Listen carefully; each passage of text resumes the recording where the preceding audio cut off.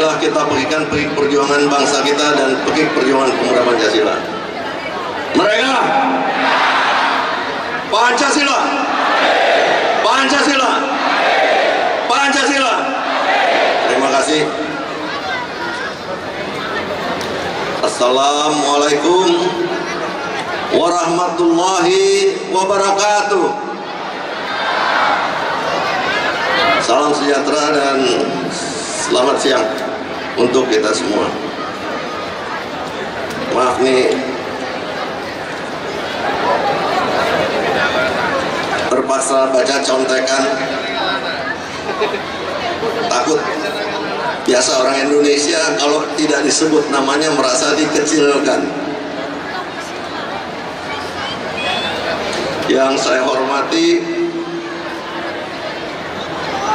Gubernur Provinsi Jawa Timur, Bapak kita, saudara kita, Bapak Dr. Andes Haji Soekarwo.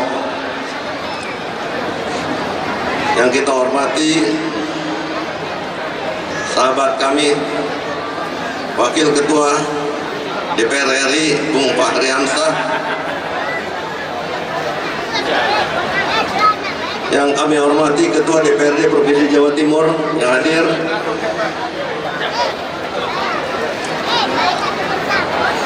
yang kami hormati seluruh unsur Forkompida baik Provinsi Jawa Timur maupun Kota Surabaya yang hadir, yang kami muliakan para sesepuh, para bini sepuh, para tokoh masyarakat, tokoh agama, para ulama se-Jawa Timur yang hadir, khususnya guru kami Pak Kiai Maksum yang selalu berhubungan dengan kami. Yang kami hormati sahabat-sahabat pimpinan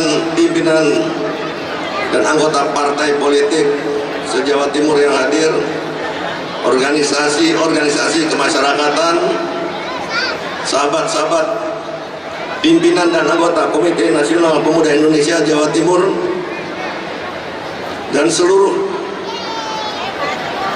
organisasi kemasyarakatan pemuda yang hadir, yang tidak bisa saya sebutkan satu persatu.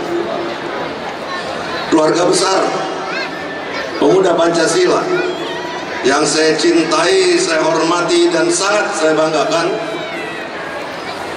baik dari unsur MPN, paling lengkap hari ini selama 8 provinsi kita berjalan, karena Jawa Timur besar, indah, dan makanannya enak. Unsur-unsur MPW yang hadir, Majelis Pimpinan Wilayah Pemuda Pancasila Riau, Banten, DKI, Jabar, Jateng, Sulsel, Kalteng, dan NTB yang hadir. Wabil khusus Majelis Pimpinan Wilayah Pemuda Pancasila Provinsi Jawa Timur selaku tuan rumah, seluruh MPC peserta musyawarah wilayah ke-7 Pemuda Pancasila Jawa Timur, dan seluruh kader dan anggota sampai ke tingkat basis. Hadirin hadirat undangan yang kami muliakan, pada hari ini kita berkumpul bersama-sama untuk menghadiri suatu acara hajatan yang diadakan oleh Pemuda Pancasila Provinsi Jawa Timur. Patut dan wajib bagi kita mengucap syukur kehadirat Allah Subhanahu wa Ta'ala, Tuhan Yang Maha Esa, yang telah merahmati, meridhoi berkumpulnya kita pada hari ini dalam keadaan sehat walafiat, rasa kekeluargaan dan persahabatan. Siapa yang menumpas kita? Penjaga? Iya. Tapi yang kita perangi siapa? Bangsa sendiri. Pada tahun 1602 sampai 1945, kalau sekarang penduduk Belanda nggak sampai 3 juta, berapa penduduknya tahun itu? Kalau tahun 1602 di seluruh persada Nusantara ini kita hitung ada 8 atau 10 juta penduduknya, kok bisa dijajah oleh kelompok yang kecil itu? Kenapa? Mereka hanya mengirimkan perwira-perwira intelijen. Mereka pengaruhi masyarakat, dikasih pekerjaan yang layak, dikasih gaji yang layak, tapi tidak dikasih pendidikan yang layak.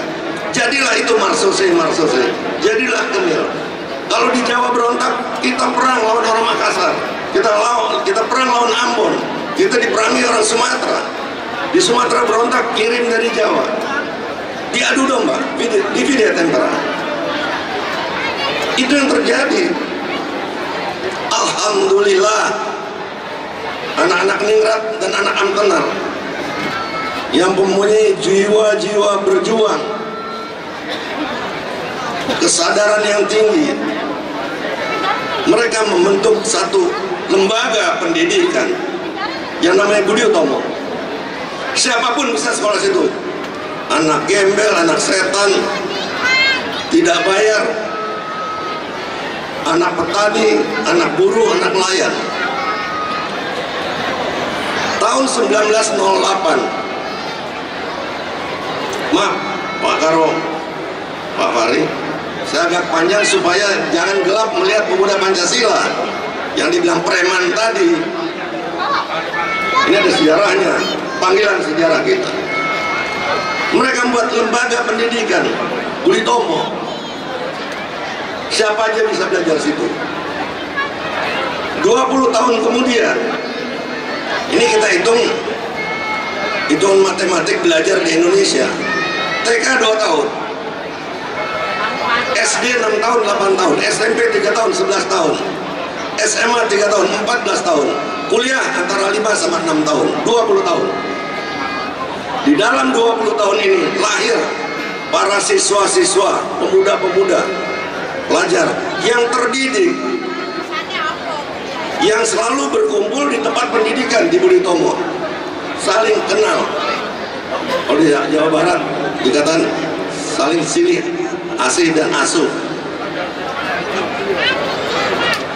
Lahir mahasiswa-mahasiswa yang intelektualnya tinggi, bahkan karena 20 tahun lahir sarjana-sarjana yang mumpuni. Mereka berpikir, duduk bersama-sama, mereka berkata, kalau kita berontak berkelompok, yang Jawa bilang kerajaan di Jawa, yang kerajaan di Kalimantan, atau yang suku-suku, atau yang kelompok adat, kita pasti ditumpas. Kita harus jadi satu. Maka mereka berkongres. Apa yang diputuskan dalam kongres mereka, di kongres pemuda yang pertama dan kedua? Di kongres yang kedua lahirlah satu sumpah mereka. Apa isinya? Satu, kami para pemuda bersumpah bertanah air satu. Tanah air yang satu, tanah air Indonesia. Apa maknanya?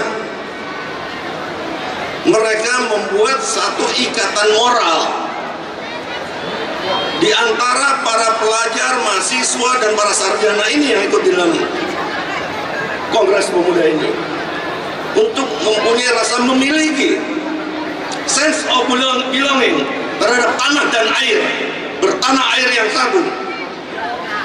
Ini tanah dan air kita yang dikuasai orang lain, harus kita rebut, kita kelola, dan kita nikmati bersama-sama. Tahun 1928, tahun 2017, petani Mungkin Pak Jarwo nanti yang jawab. Kalau petani bikin koperasi 100 KK, petani bikin 100 KK, Pak. Minta lahan 1000 hektar. Berarti 1 KK dapat 10 hektar. Tidak seperti sekarang cuma dapat 2 hektar. Kalau 2 hektar itu ada kerbau 3 ekor liwat udah pusuh. Udah mati dia, nggak bisa. Hujan 2 hari yang nggak berhenti. Kalau 10 hektar masih bisa hidup lebih layak. Kok nggak pernah ada yang bisa dapat? Petani apa warisan apa cuma dapat 2 hektar transmigrasi? Tapi kalau orang ngaku investor, modal 15-20 miliar, datang ke bupati habis 5 miliar, dapat rekomendasi ke kehutanan 5 miliar, gubernur, biasanya di daerah begitu, Pak. Jadi saya tahu orang-orang ini dapatnya gimana. Dapat 100.000 hektar kebun sawit, 200.000 hektar kebun sawit. Yang untung siapa? Mereka. Masyarakat tidak. 50 tahun lagi semua kebun sawit itu yang setiap pohon kelapa sawit dewasa perharinya menyedot 85 liter air, maka semua daerah-daerah perkebunan sawit yang ada akan jadi padang pasir. Berapa penghasilan pemerintah negara dari pendapatan kebun sawit? Dan berapa hitungannya nanti merehabilitasi tanah-tanah yang rusak? Akan lebih banyak. Kita ini kenikmatan sesaat. Para bupati, para gubernur cari bagaimana dapat dana sekarang tanpa memikirkan kerusakannya ke depan. Itu yang terjadi. Jadi saya ingatkan, sumpah yang pertama, bertanah air satu, tanah air Indonesia. Bahwa tanah dan air yang dikuasai penjajah, kita rebut, kita kuasai, kita nikmati bersama-sama.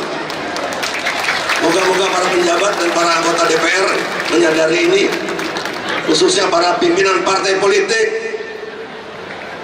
Jangan membesarkan partai, besarkan bangsa, itu yang terpenting. Yang kedua, mereka bersumpah apa? Berbangsa yang satu, bangsa Indonesia. Dulu masih ada perbedaan, bahkan sampai tahun 50-an akhir pun itu masih orang Jawa kan orang Jawa, Batak dengan Batak. Sekarang orang Irian sama orang Aceh udah ada turunannya. Itu sekjen saya. Oh maaf, itu sekjen kawin sama wakil ketua mayoris baru jadi. Ini wakil sekjen saya dari Aceh, wakil ketua umum dari Papua ada saudara Yoris. Kita sekarang udah nggak memperhatikan perbedaan-perbedaan kesukuan, keagamaan, dan adat. Kita adalah satu bangsa. Mereka menyatakan kita adalah satu bangsa, bangsa yang terjajah. Kita harus bersatu melawan, nggak boleh diadu domba lagi, nggak ada lagi dividen and impera. Maka mereka bersatu. Dan yang ketiga,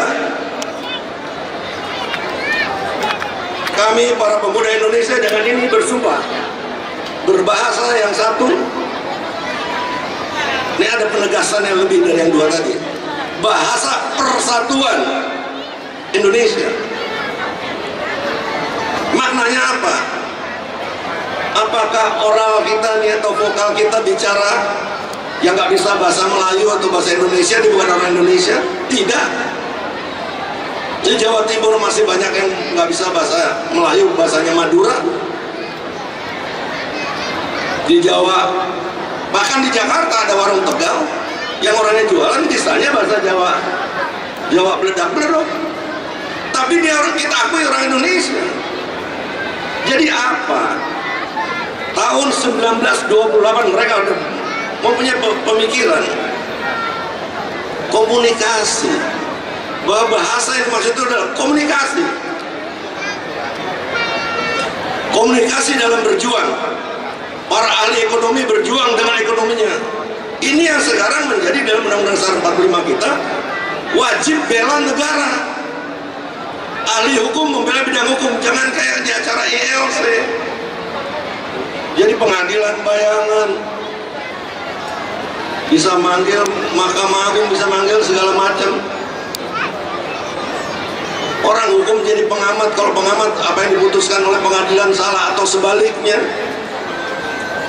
Ahli hukum harus mempunyai pola mendudukan hukum yang sebaik-baiknya, seadil-adilnya adalah sama dari Sabang sampai Merauke, presiden sampai gembel, orang kaya sampai orang miskin, hukum berlaku sama. Itu komunikasinya para ahli hukum. Ahli ekonomi harus mempunyai pola pikir yang sama. Bukan karena negara ini kaya terus dibagi-bagi kaplingnya. 1 hektar orang emasnya yang dihasilkan 1 orang sekian kilo, tidak bisa. Sistem ekonomi kita kooperatif, koperasi, kegotong royongan. Yang kaya bantu yang miskin.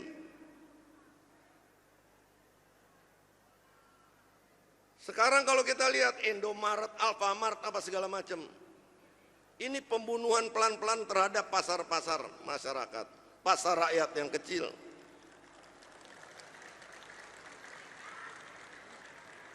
Mestinya serahkan ini kepada koperasi. Indomaret itu artinya Indofood sebagai produser makanan bikin untuk koperasi itu. Ini hasilnya buat koperasi. Dia yang menampung ayamnya ternak masyarakat, telur dari masyarakat, berasnya masyarakat. Bukan import terus jadi lebih bagus. Dia harus meningkatkan produktivitas rakyat sehingga kita bisa bersaing secara internasional dengan seluruh dunia. Jadi sekali lagi saya ulangi, komunikasi. Kita lihat berapa kejadian politik, tidak ada komunikasi yang baik. Pilkada, tidak ada komunikasi yang baik. Dibuat undang-undang pilkada, yang terjadi apa? Bakar-bakaran, bunuh-bunuhan, hancur-hancuran. Waktu saya kuliah diajarkan di dalam pengantar ilmu hukum bahwa apa itu hukum, apa itu undang-undang? Itu aturan yang dibuat agar terjadi keamanan, kenyamanan, keadilan, dan kepastian di dalam lingkungan masyarakat. Dulu waktu Undang-Undang Dasar 45 hasil naskah asli 18 Agustus 45 tidak pernah ribut soal pengangkatan gubernur, bupati, dan segala macam. Kok sekarang harus pribumi, harus penduduk asli? Maaf Bung Yoris, di Papua sana udah nggak bisa orang Jawa jadi gubernur, nggak bisa jadi bupati. Tapi apa yang terjadi kemarin? Perebutan antara orang gunung dan orang pantai. Nanti meningkat lagi suku ini atau suku itu. Nanti meningkat lagi agama ini atau agama itu. Bisa diatasi lagi marga ini atau marga itu. Tidak ada habis-habisnya kalau hukum itu tidak menjadi satu kepastian yang bisa menjamin sebagai perlindungan masyarakat untuk dijamin keamanan, kenyamanan, dan keadilannya. Ini semua saya sampaikan supaya demikian juga kita mulai dari dasar. Kita anggap PP ini satu rumah tangga atau negara kecil, sehingga apapun yang kita putuskan harus menjamin manfaatnya bagi pengurus, anggota, dan keluarganya. Jadi dalam usul ini setelah kita evaluasi, kita akan buat program. Di Jawa Timur itu kita lihat dulu seluruh provinsi-provinsi di Jawa ini penduduknya terbanyak. Daerahnya lebih kecil dibandingkan dengan jumlah penduduk. Pertanyaannya, apakah penduduk yang banyak ini jadi potensi atau beban? Ini tolong di dalam program Anda ini dibacakan. Nanti Pak Gub akan memberi sambutan. Beliau akan bilang penilaian terhadap PP selama ini itu pasti keluar. Apa yang diharapkan dari PP juga pasti keluar.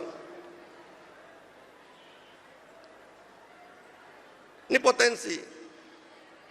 Kalau sumber daya manusianya mumpuni. Jadi tugas kita sesuai dengan keputusan Mubas. Apa tugas di dalam program utama Pemuda Pancasila?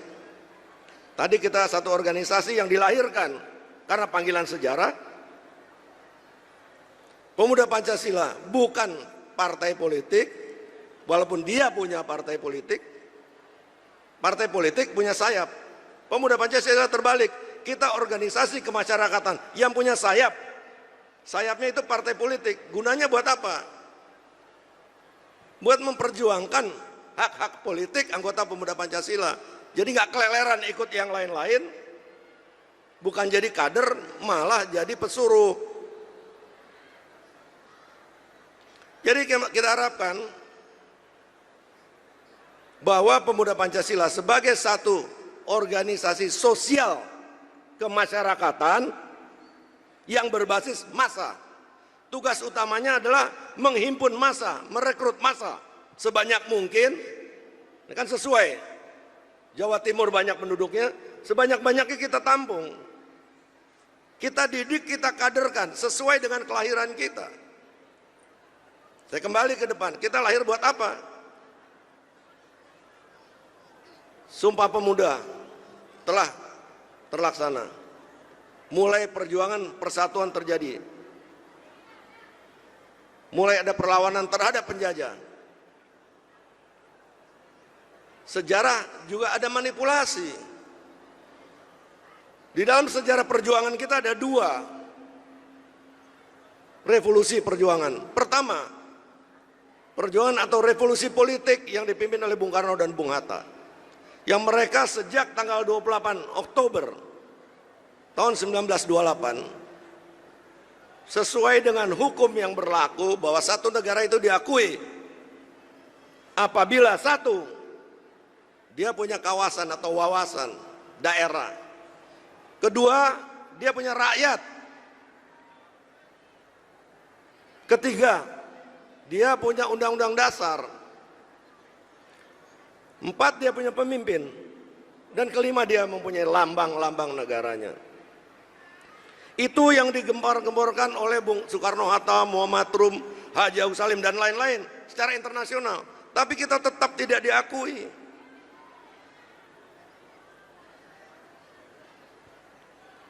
Nah, perjuangan revolusi ini yang kedua adalah sejak 28 revolusi militer. Kalau para intelektual secara hukum berjuang secara hukum untuk 5 pengakuan, tentara itu dididik lain. Tentara itu dididik bunuh orang. Dia jadi jaga negara, siapapun yang merusak atau mengganggu, menginfiltrasi ke negara ini, dihabisin. Tentara mengatakan merdeka, kok teriak-teriak? Merdeka itu penjajah kita habisin, tembakin, usir. Penjajahnya pakai tank, mitraliur, brand gun, Mauser. Gerilya kita pakai bambu runcing. Ini perjuangannya. Di sini kita lihat tentara kita ini terdidik bahwa tidak hanya yang terdidik secara militer, rakyat pun memang sudah berjiwa militer dan pejuang. Dan tepatnya tanggal 16 Agustus tahun 45, Ini ada cerita lucu lagi, Pak Fahri. Bung Karno diculik sama militer katanya. Ini yang selalu saya jadikan anekdot atau joke di Pemuda Pancasila. Bung Karno diculik, dibawa ke Rengas Dengklok, situ Kerawang.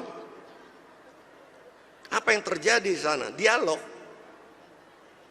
Bung Karno bilang, lu tentara, katanya bisa ngabisin penjajah, kok nggak habis-habis?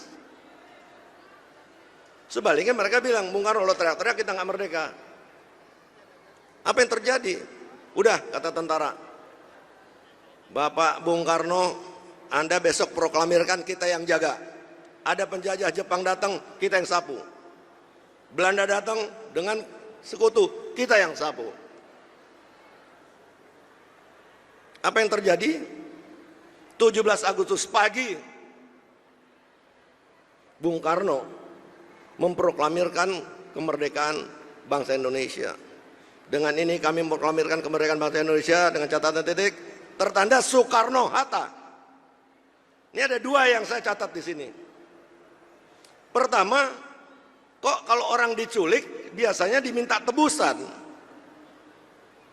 Ini kok orang diculik disuruh memproklamirkan, diangkat jadi pimpinan. Ini perubahan manipulasi sejarah juga. Tapi terjawab, ini tolong dicatat, Pemuda Pancasila, kalau ada orang kasih sambutan tuh dicatat. Di agama saya diajarkan Iqra, baca. Bangsa yang besar adalah bangsa yang menghormati,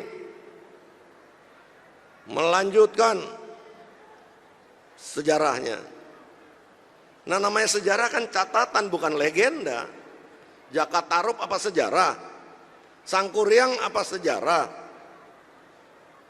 Majapahit sejarah, ada catatannya. Jadi, harus tertulis. Itu yang pasti. Nah, jadi ada 4 hal yang sudah terjawab. Pertama, 3 hal. Pada waktu Sumpah Pemuda, kami para pemuda Indonesia mengaku bertanah air yang satu, tanah air Indonesia. Sudah pengakuan kawasannya sudah ada. Kami putra-putri Indonesia mengaku berbangsa satu, bangsa Indonesia. Rakyatnya sudah ada.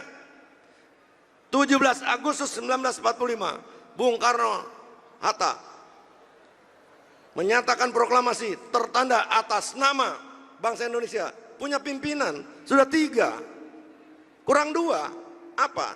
Undang-Undang Dasar dan lambang. Tanggal 18 Agustus pagi diundang-undangkan, disosialisasikan, dimasyarakatkan Undang-Undang Dasar 1945. Di dalamnya jelas sistem pemerintahan kita seperti apa, kekuasaannya seperti apa. Berarti Undang-Undang Dasarnya jelas pengaturannya. Dan di dalam Undang-Undang Dasar itu jelas juga lambang-lambang negara. Jadi untuk setiap warga negara Indonesia, khususnya pemuda Pancasila, wajib hukumnya menghormati lambang-lambang negara yang sekarang sudah tidak berlaku di masyarakat. 1, Sang Merah Putih. 2, Bhinneka Tunggal Ika. 3, lagu Indonesia Raya. 4, Presiden RI, pimpinan tertinggi bangsa kita sebagai lambang negara. Itu harus dihormati. Bukan zamannya kalau presiden berbuat kesalahan, siapapun pasti berbuat kesalahan. Bukan buat dimaki-maki di jalan. Kalau kita merasa lebih baik, buat konsep terhadap keputusan itu yang lebih baik. Sampaikan kepada pimpinan untuk diperbaiki. Sampaikan kepada DPR RI untuk disampaikan kepada Presiden selaku wakil rakyat. Ini prosedur. Kita harus belajar hukum, bukan belajar adu jago.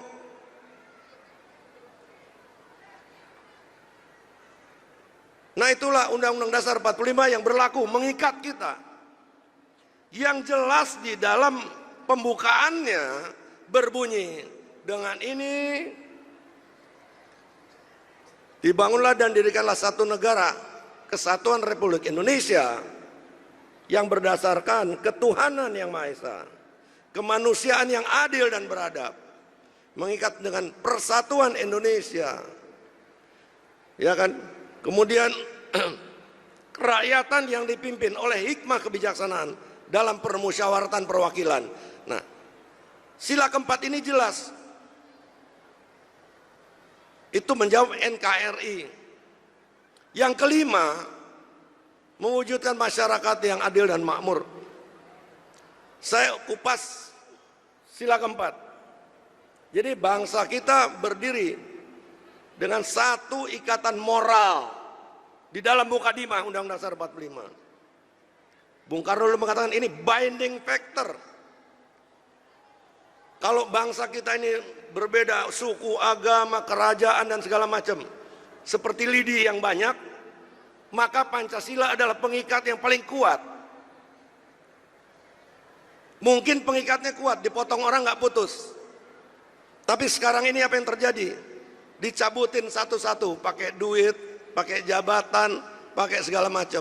Ya berantakan juga. Pancasilanya tetap ada dengan kuat, tapi kesatuan bangsa kita hancur, berantakan. Jadi kalau NKRI adalah kesatuan dari kerajaan-kerajaan besar kecil, kelompok adat, kelompok suku, di dalam pembukaan Undang-Undang Dasar 45, sekarang ini dengan adanya amandemen, semua langsung. Nah itu tadi Undang-Undang Dasar 45 dirubah, boleh milih sendiri-sendiri, konsekuensinya ya kepada seluruh organisasi. PKS tuh Pak Fahri Hamzah, Golkar, Ruhut, Demokrat, itu kalau Munas, kalau Musda mau milih pengurus, itu seluruh anggotanya di seluruh Indonesia mesti datang memilih, karena kita tidak boleh bikin undang-undang sendiri. ADART harus patuh dan taat, ikut kepada peraturan-peraturan dan undang-undang di atasnya. Demikian seterusnya. Jadi kalau kita musuil ini, kalau ikut perubahan sila keempat, sudah tidak perwakilan. MPC ini suaranya nggak berlaku. Perorangan, one man one vote, bukan one delegation one vote lagi. Nah ini harus dikembalikan. Pemegang saham Republik Indonesia, terjadinya Republik Indonesia adalah bersatunya perwakilan-perwakilan. Kenapa mereka pakai Islami Tebon, Yong Yapa? Kok nggak pakai Soekarno, Muhammad Yamin? Mereka merasa mewakili komunitasnya, mewakili kerajaannya, mewakili agamanya, mewakili sukunya, mewakili kelompok adatnya. Dan itu yang harus kita ikat. Sekarang kita antara sesama Jawa aja, ada yang di partai sana, partai sini, partai situ, berantem. Sama-sama orang Jawa Timur, calon gubernurnya beda, berantem. Calon bupatinya beda, berantem. Apa ini? Ini hal-hal yang harus kita perbaiki. Dan ini tugas pemuda Pancasila. Khususnya, tapi seluruh warga masyarakat Jawa Timur pada umumnya, terutama bapaknya Pak Karwo, tolong. Jadi itulah, ini udah mau dekat beranak. Kita mempunyai undang-undang dasar, mempunyai ideologi yang mengikat kita. Tapi masih banyak. Ada komunis mau bikin negara komunis, ada mau bikin negara agama, ada yang mau bikin negara-negara federal. Kita mengalami undang-undang dasar Republik Indonesia Serikat. Iya kan? Ada Republik negara Pasundan, negara Celebes dan segala macam. Yang itu sebetulnya mau diakui oleh Belanda, itulah kemerdekaan Indonesia tahun 50, hasil meja bundar. Lahir lagi undang-undang sementara tahun 50. Ini yang mengantar kita kepada pemilihan umum yang pertama tahun 1955. Apa yang terjadi pada waktu terbentuknya konstituante atau parlemen pada waktu itu? Tugas utama mereka adalah, karena dianggap masih ada kemelut-kemelut, coba dipikirkan undang-undang dasar yang terbaik buat bangsa ini. Berdasarkan undang-undang RIS tahun 50, undang-undang RIS, undang-undang dasar sementara 50 dan undang dasar 45. 3,5 tahun. Saya ulangi, 3,5 tahun bermusyawarah tidak bisa menghasilkan. Mulailah Angkatan Perang Republik Indonesia di bawah pimpinan Jenderal Abdul Aris Nasution, pimpinan-pimpinan tokoh agama, ada Muhammadiyah, Ansor dan lain-lain.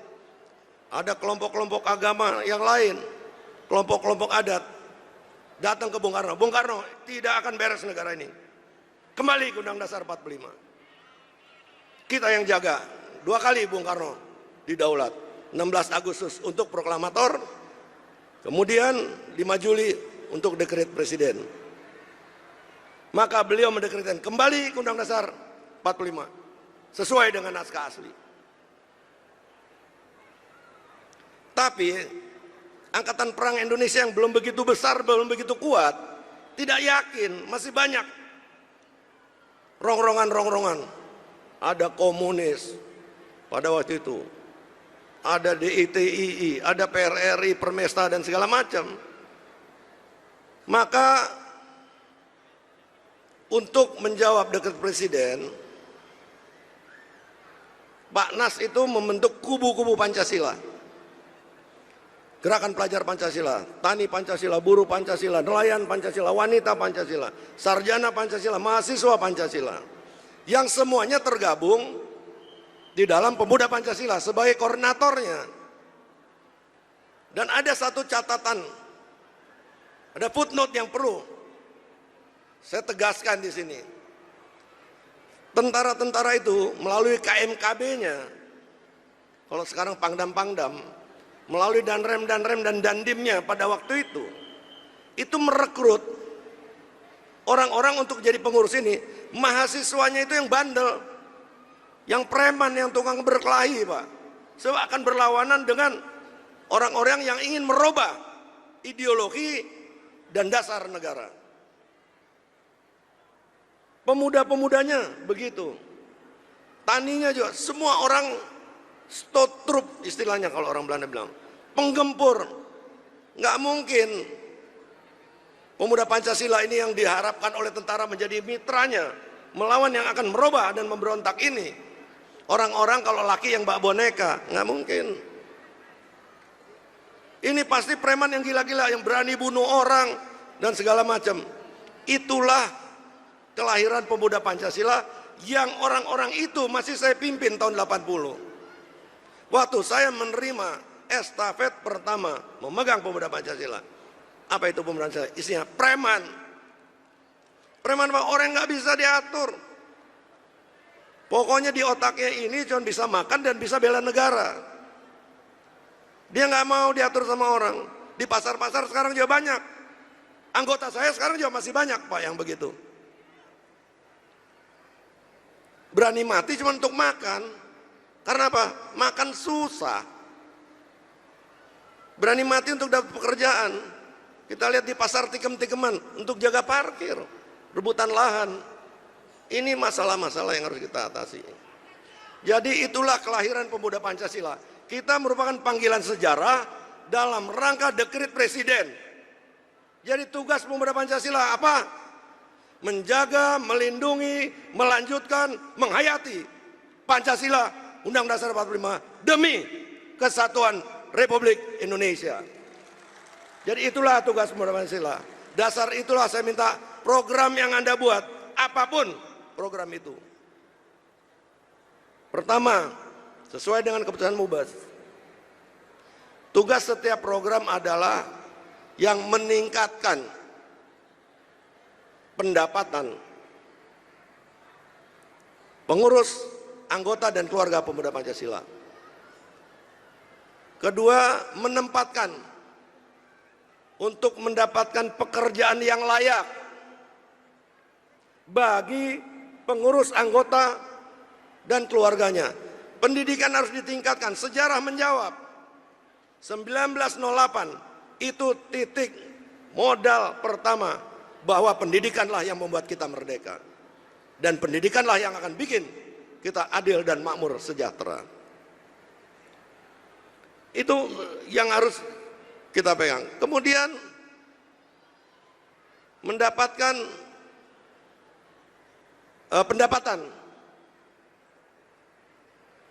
pendapatan yang layak. Pekerjaan, dapat pekerjaan tapi pendapatan yang nggak layak juga percuma. Inilah yang harus menjadi patokan. Kalau pemuda Pancasila bisa kasih makan, bisa kasih pendidikan kepada anak-anaknya atau anggotanya, maka insya Allah saya yakin, aku yakin, setiap anggota pemuda Pancasila bisa membantu kehidupan orang lain di negara dan Republik Indonesia ini, khususnya di Jawa Timur. Jadi semoga program yang dilahirkan, diputuskan di dalam musyawarah wilayah ini adalah program-program pertama membantu pemerintah daerah mempercepat pembangunan daerah, mempercepat kesejahteraan masyarakat, kemudian meningkatkan kreativitas. Kreativitas ini bisa dua, hasil dari pengalaman dan hasil dari pendidikan formal. Yang penting prakteknya banyak, Pak. Jadi tolong Pak Gubernur, banyak sarjana yang hebat tapi tidak pernah praktek, Pak, sehingga tidak tahu lapangan. Ya, kita cuma punya onderdil yang mati. Kita perlu onderdil yang dimanfaatkan bisa menjalankan roda, apakah itu kendaraan, apakah itu pesawat, dan segala macam. Itu yang kami harapkan kepada seluruh peserta Muswil, khususnya MPW Jawa Timur. Saya ucapkan selamat bermusyawarah. Jangan pikirkan siapa yang jadi pemimpin, siapa yang mesti dipilih. Pilihlah pemimpin yang bisa menjalankan, mewujudkan program yang kita putuskan di dalam Muswil ini. Siapapun. Saya dengar calonnya udah 2. Lanyala sudah tidak mencalonkan diri, tapi kalau dipilih nggak nolak. Moga-moga begitu, betul nggak? Jadi saya serahkan semua kepada musyawarah wilayah ini dan kepada Pak Gubernur. Mohon diberikan penjelasan kepada anak-anaknya, Pak. Arahan nih Pemda Jawa Timur mau dibawa kemana anak-anaknya, mau disuruh apa. Dan kepada pengurus yang nantinya terpilih, jangan lupa sebagai organisasi sosial kemasyarakatan berbasis massa, tugas utama pertama adalah registrasi anggota, inventarisasi anggota, kemudian rekrutmen anggota.